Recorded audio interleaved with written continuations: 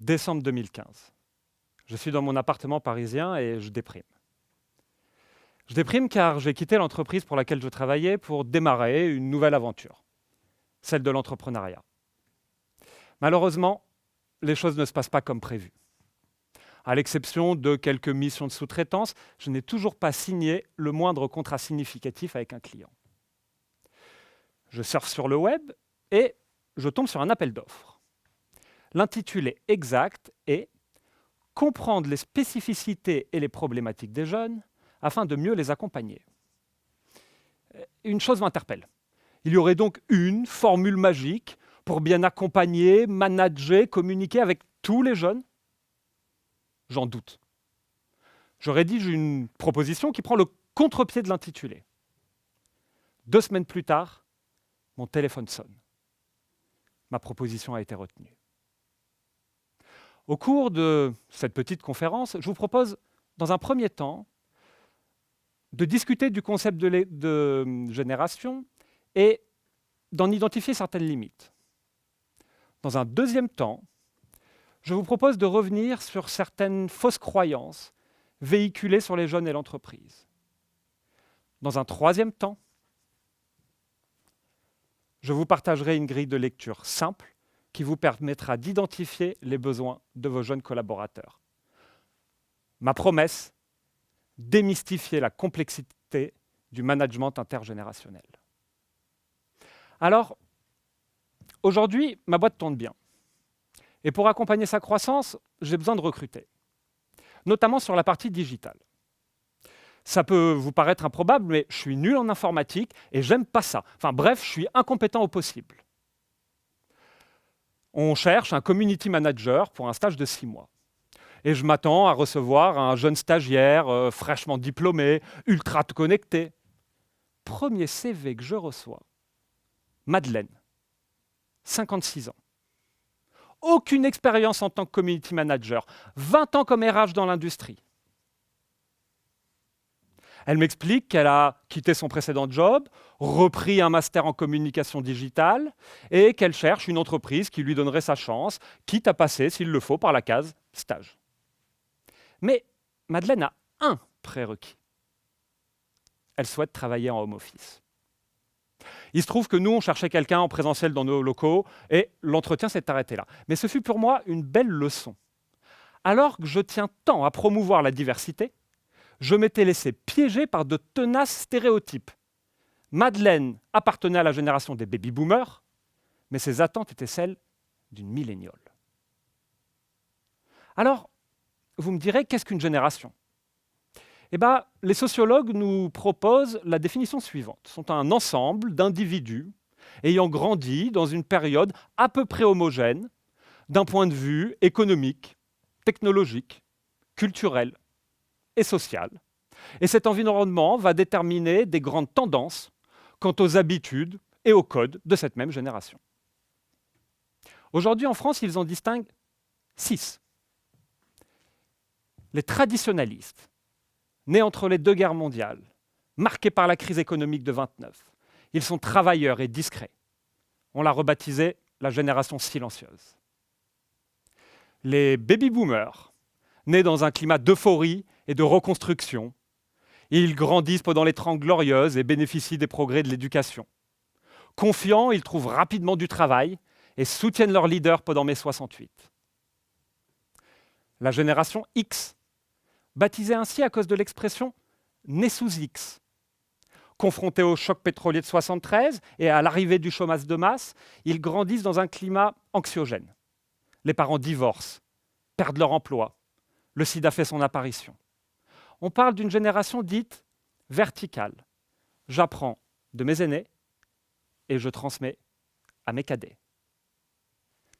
La génération Y, baptisée ainsi pour plusieurs raisons. Suite de X, forme des écouteurs. Et Y, génération en anglais, génération pourquoi. On parle d'une génération dite centrale ou individualiste, mais pas au sens courant du terme. Le premier individu, c'est moi, et je suis à l'écoute de mes envies et de mes désirs. Cette génération grandit avec l'émergence de l'informatique et d'Internet. La génération Z, assez similaire au Y, il s'en distingue sur 2 points. Premier point, on parle d'une génération dite horizontale. Je me sens proche de mes pairs aux 4 coins du monde. Et je prends mes décisions au regard des communautés auxquelles j'appartiens. Communauté ethnique, religieuse, sociale, mais aussi, pourquoi pas, la communauté des gamers, des footeux, des véganes. Autre différence notable, 47% d'entre eux déclarent vouloir monter leur entreprise et pour faire de leur passion leur travail. Enfin, il y a la toute dernière, la génération alpha. On sait assez peu de choses sur eux pour l'instant, si ce n'est qu'ils seront probablement une génération d'enfants uniques, surdigitalisés, mais paradoxalement isolés. Ils seront autonomes dans leur apprentissage et réinventeront sûrement le monde de demain. Bref, voilà pour un rapide tour d'horizon des générations qui, je le sais, si je ne l'avais pas fait, aurait sûrement généré chez vous une forme de frustration. Néanmoins, je me suis très vite aperçu que ce concept présentait plusieurs limites. Et c'est ce que nous allons explorer ensemble. Première limite, il y a plusieurs définitions du concept de génération. C'est un concept qui peut s'appréhender au regard de la généalogie, la génération de mes parents et celle de mes enfants. Qui peut s'appréhender au regard de l'âge des individus, la génération des 20-35 ans. Mais qui peut aussi s'appréhender au regard d'une époque, la génération des enfants nés dans les années 90 ou dans les années 2000. Enfin, il existe plusieurs dénominations pour une même génération. Rien que pour la génération Y, il y a plus de 70 dénominations. Je vous en donne 2-3, génération Y, Digital Natives, Millennial, génération Peter Pan, génération Boomerang, enfin, et j'en passe. Bref, il semblerait déjà que ce concept de génération soit plutôt une idée abstraite, qui servent juste à hiérarchiser le temps et les individus. Deuxième limite du concept de génération, il semblerait que ce concept soit pertinent uniquement au niveau national. Prenons encore une fois l'exemple de la génération Y, décrite comme la première génération mondiale, ou mondialisée, parce que partant du postulat que tout le monde avait accès à Internet. Question. Un enfant né en France dans les années 90 et qui, dès le début des années 2000, va surfer librement sur le web, partage-t-il beaucoup de choses en commun avec un enfant né en Chine dans les années 90, mais qui dans les années 2000 serait confronté à la censure sur le web? Et même au niveau continental, un ado en France en 2008 a-t-il grandi dans le même environnement qu'un ado en Grèce en 2008 confronté à une crise économique majeure? Est-ce que ses codes, ses habitudes, ses valeurs vont-ils être les mêmes? On est en droit d'en douter. Troisième limite du concept de génération, il n'y a pas de consensus sur les dates de fin et de début d'une génération et les sociologues n'arrivent pas à se mettre d'accord. Prenons encore une fois l'exemple de la génération Y, concept évoqué d'ailleurs pour la première fois en 1993 par 2 sociologues américains, Strauss et O. Pour eux, la génération Y démarre en 1977 et elle se termine en 1994. Pour Wikipédia, elle démarre en 1984, mais se termine en 1996.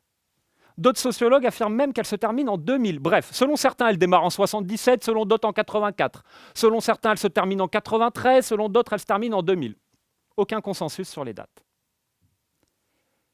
Enfin, dernière limite, ne sommes-nous pas finalement l'héritage de nos générations passées, présentes et futures? Je suis né en 85, j'ai 35 ans, j'appartiens à la génération Y. Et pour autant, je ne me retrouve pas dans tous les points qui la caractérisent.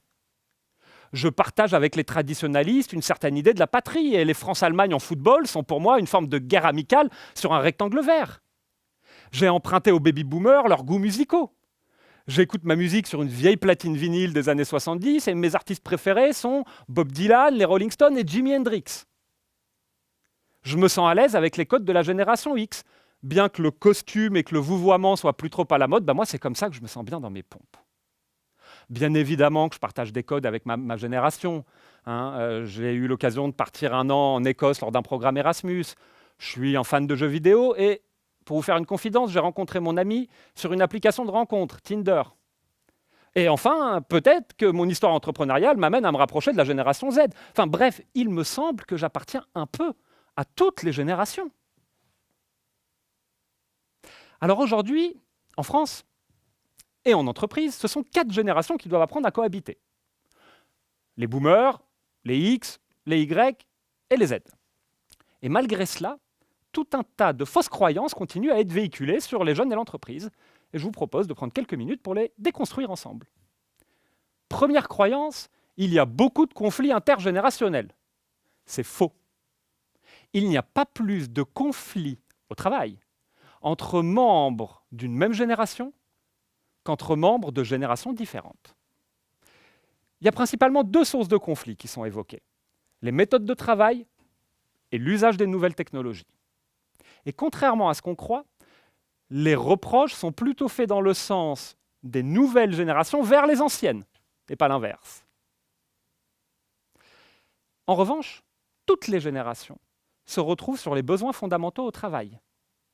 Équilibre vie pro-vie perso, accomplissement de soi, liberté et flexibilité, sécurité financière et sécurité de l'emploi. Bref, plus de points communs que de différences. Deuxième croyance, les jeunes n'ont pas la valeur travail. C'est faux, archi faux. Lorsqu'on interroge les jeunes Français, 86% d'entre eux disent avoir comme objectif essentiel dans la vie de réussir leur carrière professionnelle. Lorsqu'on les interroge sur quelles sont les valeurs fondamentales pour vous, ils citent dans l'ordre, en 1, la famille, en 2, le travail, et en 3, les amis. Les jeunes Français n'avaient jamais autant travaillé. 56% des étudiants français, en 2019, ont un job en parallèle de leurs études. Aucune génération avait fait mieux. Enfin, on pourrait évoquer aussi la tendance au cumul des emplois, ces fameux pluriactifs. Selon l'INSEE, 4,5 millions de Français cumulent plusieurs emplois, notamment les jeunes, qui sont surreprésentés. Et 70% d'entre eux disent le faire par choix. Enfin, en moyenne, un Y ou un Z fera 11 jobs différents dans sa vie. Et pour ce faire, ils sont prêts à changer de formation, de métier ou de secteur d'activité. Alors feignant, dit-on encore.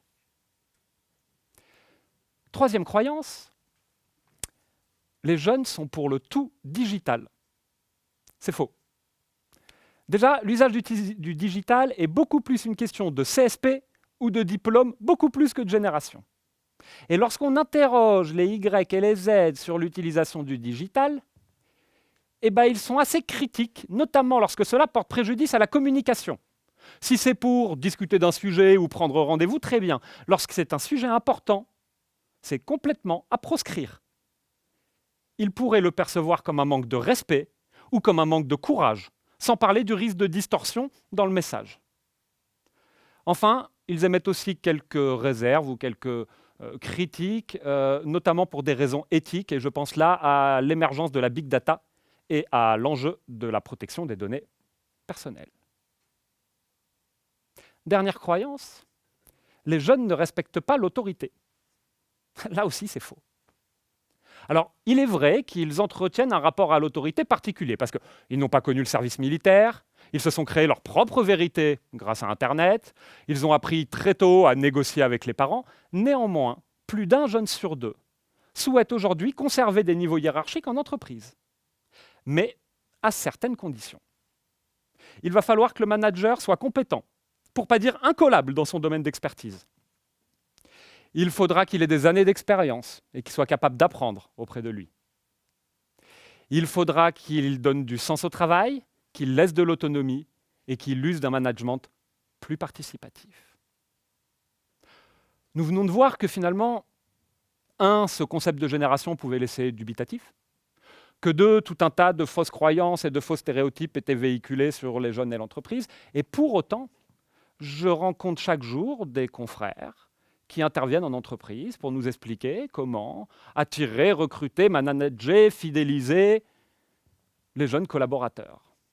Moi, j'y crois pas. J'y crois pas. J'y crois pas parce que la personnalité est complexe.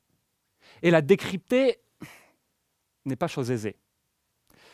Alors, je vous propose de prendre quelques minutes pour vous partager une grille de lecture simple qui vous permettra d'identifier les besoins de vos collaborateurs grâce à leur comportement. Je vous emmène dans une entreprise pharma.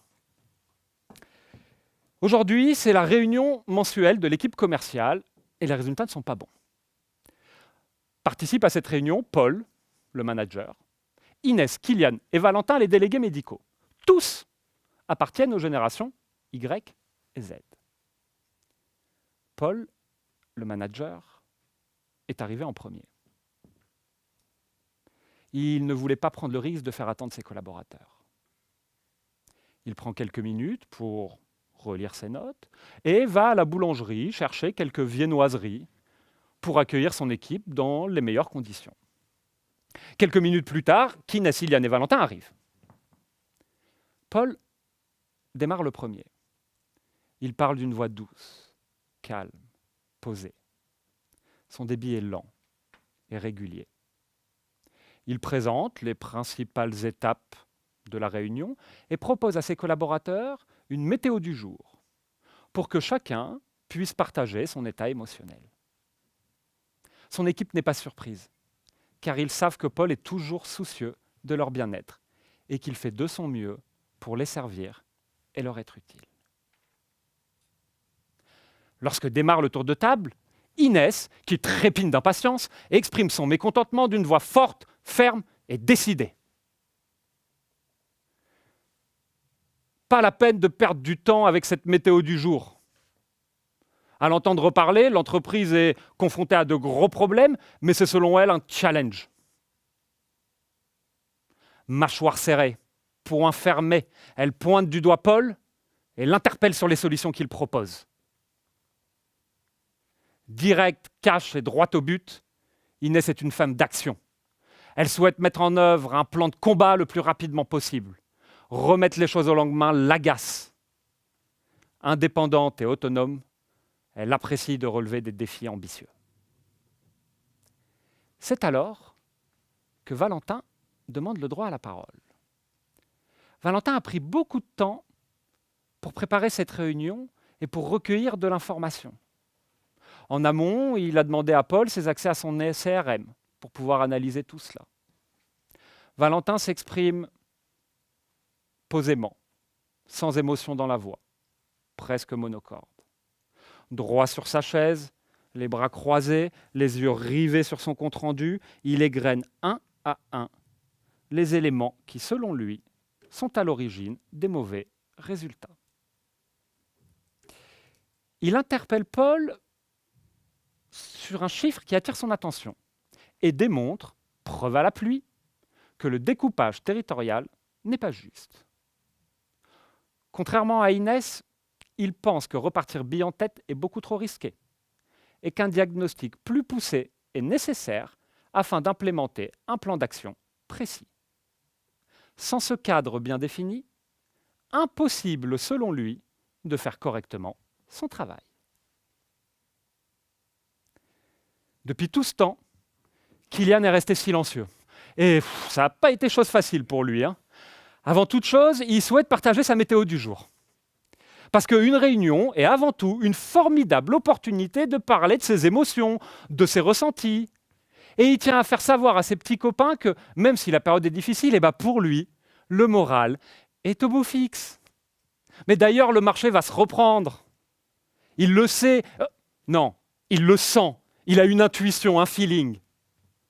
Souriant et à l'aise dans ses interactions, il se lève, s'approche du paperboard, dessine ce qu'il imagine être la stratégie commerciale de demain et embarque ses équipes avec conviction et émotion dans la voix. Il y aurait même un côté théâtral à le voir s'épanouir comme ça sur le devant de la scène.